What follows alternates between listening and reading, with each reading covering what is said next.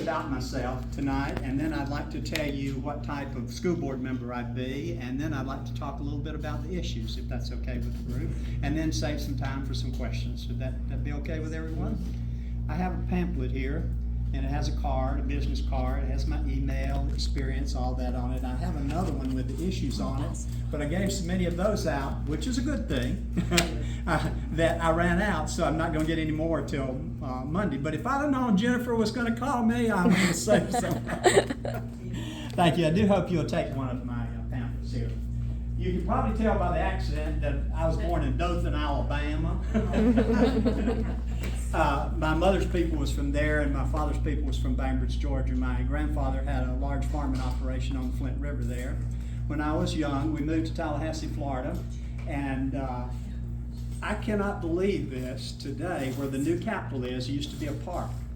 And you look behind that park where the Capitol is in the Supreme Court building, and then there's a big parking garage, which is 217 West St. Augustine Street, and that's where I grew up. Our house was the center of that block. I played on the grounds of where the new Capitol is now. Of course, it's not new now.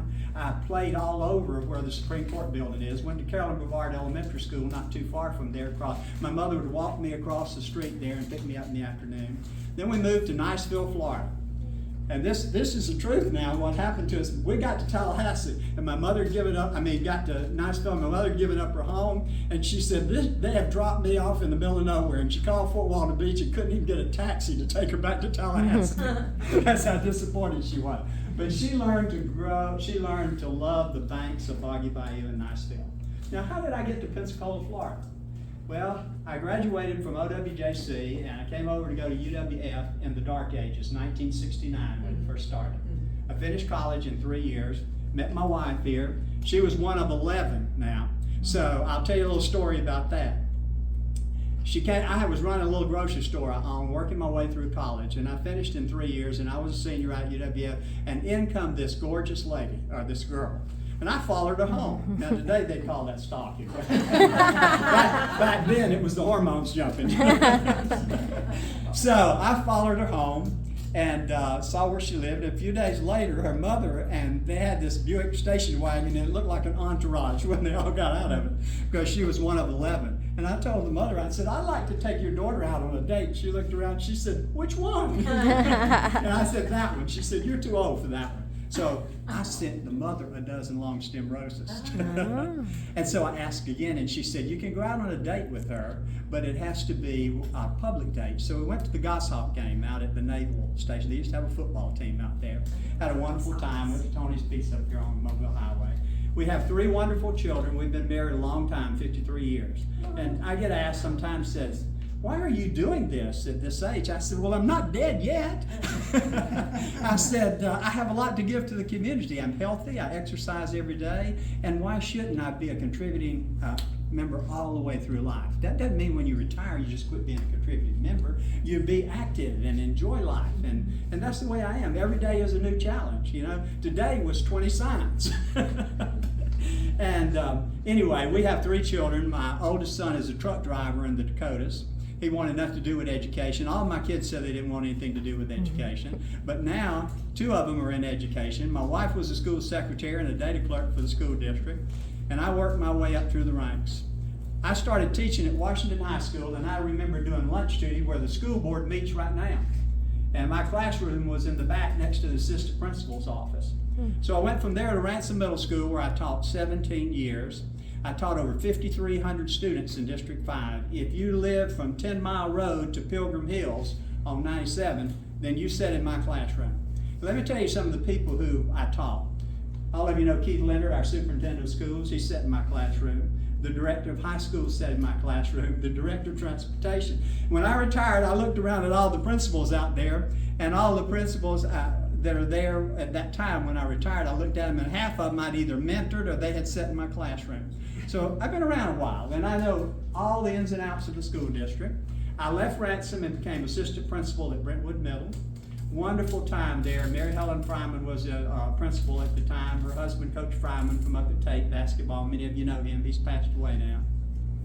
Then I went from there to the handicap school in the district, Escambia Westgate Center. And if any of you have ever not been to Escambia Westgate, you need to go visit sometime. It is an absolutely wonderful place for special needs children to grow and learn.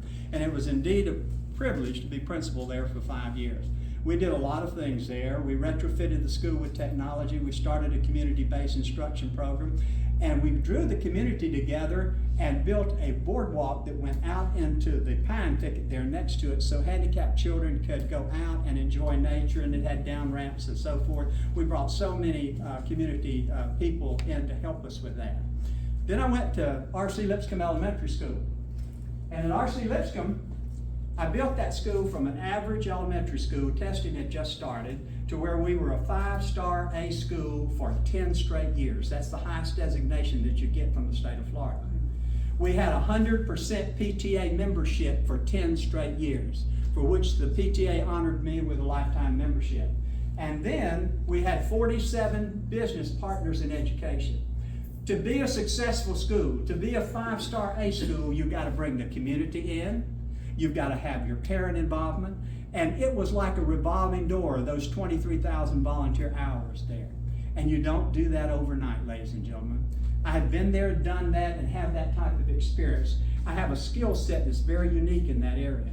And so it would serve me very well to be your school board member with that if you give me that opportunity.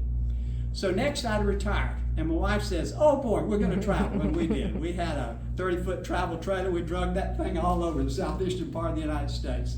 Every month we put our finger on the mat and we went somewhere, and sometimes twice a month, and just really had a good time. And then I got this call, they wanted me to go back to work, and they called me 6 times.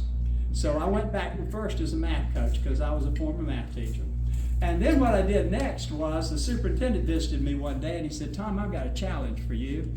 And I said, I don't know. You got that serious look in your face. And he says, I want you to go over to O.J. Sims Elementary School. It's a double F, and the state's going to take it over if we don't do something. Kind of like Warrenton was in this past year when they turned into Warrenton Prep. And I said, you know what, I'll take that challenge. So in 7 months, I didn't have a lot of time for collaboration and all that, but in 7 months, I developed a plan, we implemented that plan, and turned that school from a double F to a C in 7 months. In 7 months. It can be done. And you know what just made me feel so good yesterday and today when you look at those test scores in Escambia County? Guess what? We have no Fs anymore. Okay? Isn't that's tremendous progress that has been made. We have no Fs anymore. Wonderful. Okay? And guess what? Susan, which is a personal friend of mine, the principal at O.J. Sims, it was an F, turned it into a C. I am so proud of her, I just got ecstatic. You know? Those are challenges. Unless you've walked those challenges, you do not know what it's like. You get there at 5 o'clock and you go home at 9 if you're lucky at night. Those are the type of challenges that you have as an administrator. So after I left there, my wife and I went back to traveling.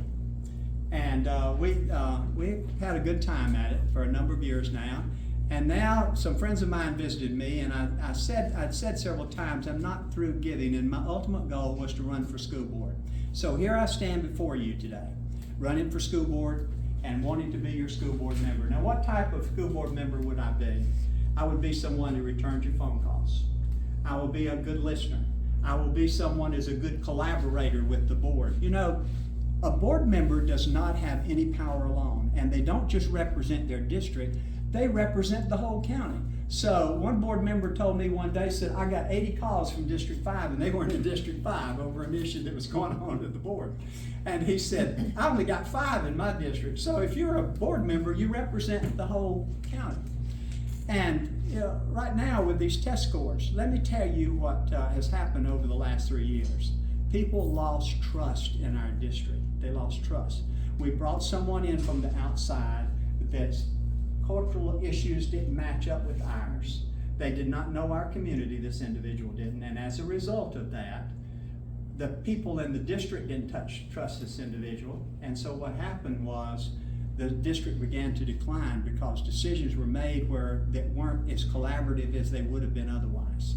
That's Tom Harrell's opinion on that. So I told some of my colleagues when Keith Leonard was hired, our superintendent now, and I told you he was one of my students and I'm very supportive of him. I told one of my colleagues I'll give it 3 months for him to establish that trust again and get it going. I was absolutely amazed. You know how long it took him? 1 month. 1 month, I could see a difference in our school district. It's because the people trusted him. And now we're 2 years later almost, or a year and a half later, and look what has happened to our system. I mean, the whole system has been uplifted, the test scores and things. That's the kind of difference you can make when you put the right person in the right position, okay? Do we still have challenges in the school district? Of course we have challenges. We're gonna always have challenges. When I was a principal, I used to call them hiccups. And there wasn't a day that a hiccup didn't happen. I'll tell you one thing, one day, when you have decisions like this to make, you have to be right on target. One day, one of the banks on 9 Mile Road was robbed. It had to have been the dumbest robber in the world. He comes up 29, he's got 7 or 8 police cars or sheriff's deputy station. He turns on to 10 Mile Road, turns down Rosenham where 3 schools are dismissing now. Imagine that. So I've got 1,000 kids on the ground, 16 buses out there, 14 minivans, and no telling how many daycare, and the whole ground is full of people. And here I've got a bank robber jumps out of the car with his gun and runs into the woods. So you've got that much time to make the right decision. I want you to know we got those kids back in the building within a minute or two, where the parameter was established and so forth. When you're a principal, you are trained to do those types of things. And you've got to be able to do it quickly. That's the skill set that Tom Harrell has that he will bring to the board. Now, what are some other issues that we have in our district? Well, we've got a library book issue. Okay? And I've said this is how I feel about that if I get on the board. Lots of school districts use a matrix system that involves a lot of community input for that. And then their committees use this matrix system to make the decision with it. Okay? And you do that up front, not after the books are already on the shelf. You do it up front. And so that's one of the things that I would be in favor of. But let me say this to you tonight, inappropriate books that have sexual connotations that do not fit to the age level and so forth, or anything else that's derogatory toward individuals or other, or profanity or those sort of things, Tom Harrell will vote to remove them. Done. Okay. Out. They're out. So, and I'll do it every single time. Let the chips fall where they may, on that. Because if you don't do anything else, I've learned over the years, you keep kids safe. Okay? Amen. You keep them safe, all right? You feed them, you don't allow any indoctrination to take place in our schools, and you don't allow inappropriate materials. We've got a short period of time and too much good educational material. Another philosophy that I have is return to the basics. I believe that we need to get back to reading, writing, arithmetic, the fine arts, and those other things. And then we need to have very good workforce education where kids can go directly from high school into a job. So that's another belief I have, okay? Another thing that I will tell you during these hard economic times, I will not vote to raise your property tax. Another board member said that, and he stuck to it for 2 years now. I'm giving you that same pledge tonight, and I do it every time I talk. I will not raise your property tax until these hard economic times that we're going through. It's like someone has taken their hand, and you all know who that is, and stuck his hand into every single household in this country and taken out $600 to $800. It's just my wife and I at home, but guess what? We're feeling it too. That $600 a month that they've taken out of our household budget is not good. The other thing that I'm pledging to do as a board member, I will make the motion to put elected superintendent back on the ballot. We should have never given up our right to vote. Yes. When you give up your right to vote, you put that in the hands of board members. That's true enough, But let me tell you something. 85% of the people who are, when they say do a national search, 85 of those people that are out there do not have the ideology that we have here in Escambia County. I'm just telling you. Many of them are dripping in this woke agenda. Many of them have been indoctrinated. 85% of them out there in some of the studies that I have read say that we are a very conservative community here, and their ideologies do not match up with ours. So, having said all that, let me tell you something personally about my granddaughter, okay? You know, you gotta talk about your grandkids. I have 7 of them. Well, my granddaughter just graduated from honors with Tate with a 4.14 grade average. And she was prom queen, homecoming queen, she was rodeo queen. She has 5 crowns from that school. So they let you compete in the north end of Northwest Florida in the Alabama Rodeo Championship. Well, my granddaughter won the barrel racing championship for the whole state of Alabama, and she lives here in Northwest Florida. So she went up to Wyoming. She's been up there all week, and it's on the rodeo channel, and they were competing for the National Rodeo Championship. Well, the first day out of the chute, she took too wide of a run. Anyway, she wound up in 23, and I told her, I said, 23 out of 50 girls is not bad. You know, of course, she's used to winning. And I said, when you leave here and go up there, all those other girls are you might win all the time around here, but when you go up there, they're just as good as you are. So I had to take a moment and brag on her. She's going to UWF to be an occupational therapist, okay? Now, I think you pretty well understand who I am. So I'm straightforward. When I first came to this county, because I grew up, my whole family grew up as Democrats, and it kind of pushed it on me. So I registered as a Democrat. Well, it wasn't but about a year or two later, about 71 or 72, I realized that the Democratic Party didn't quite match up with the way I felt, you know?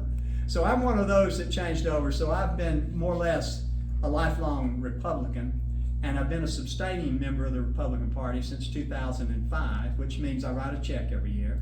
And I just got my fight, fight, fight button today in the mail. You know, the news media is trying, watch them on the news media, the liberal news media. What they'll do is they'll take this and they'll zoom in only on his head because they don't want people to see. This is going to be an iconic photo that's going to be around forever.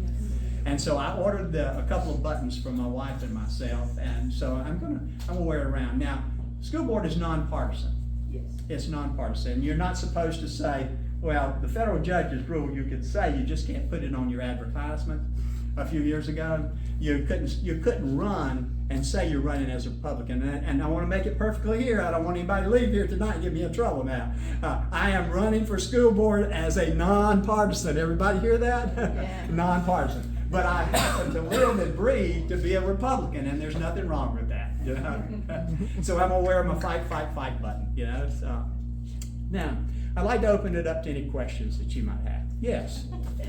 Would you support a kindergarten through high school senior program, not a week, not a day, not a month, teaching the United States Constitution and all of the intricacies of being an American citizen, American history, and before a high school senior graduates, have them be a requirement that they have to pass a constitutional test of 100 questions similar to what they have to do when they become a U.S. citizen. You know what? I love that. Mm-hmm. I like that idea. And yes, I would support it. It's kind of like it was when I was growing up. You know, when I was growing up, we not only did we do that, we read the Bible every morning, rotated around in homeroom and other classes. There's nothing wrong with what you're saying, and I was supporting. And when I said civics a while ago, back to the basics, we're not doing near enough of that. Right. You know, we're not doing. We need to start early on.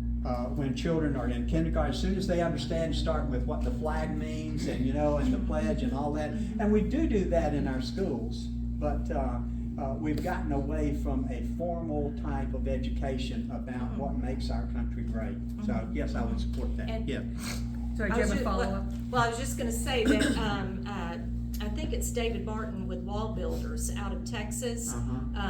I think he goes around and helps create curriculum for that, and he actually has good curriculum, that already that he goes around and speaks to the country. This is something that we need to talk to our state legislators about, because we are spending so much emphasis on, which we should, on everything centers around numbers and letters. So there's so much emphasis is on that, but there's got to be room for us to let children develop knowing how this country is great and how it's developed and how it's run. So I agree with everything you're saying, and I would support that. Yeah. Awesome.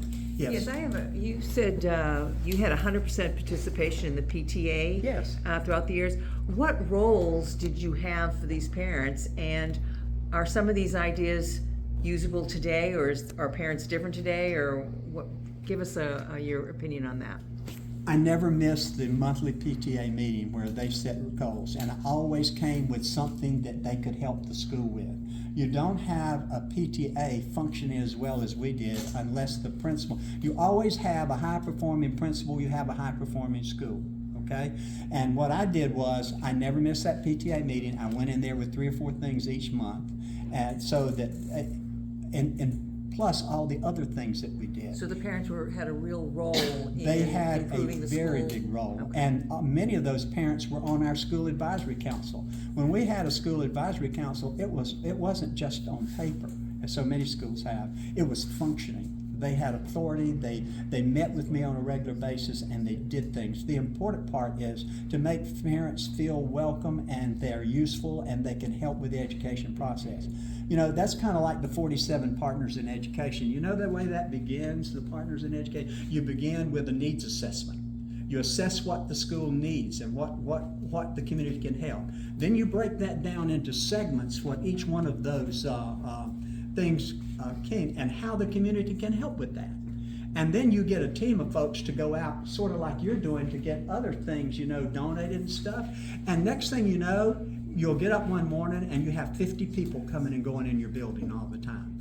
And it doesn't start overnight. It's a process, and it has to begin with that building level principle. And that's one of the things as a board member that I would say that we're not doing enough training our principals.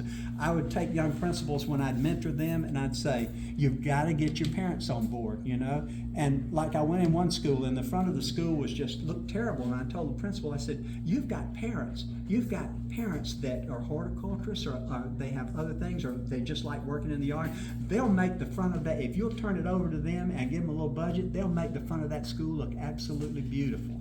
And that's the way you build it. You build it by giving people a need, and they will come. You know, they will come help you. But we do have a roadblock in that now. You know, the Safe School acts that we have to keep kids safe. You have to go in, you have to show your driver's license, there has to be a background check and all that.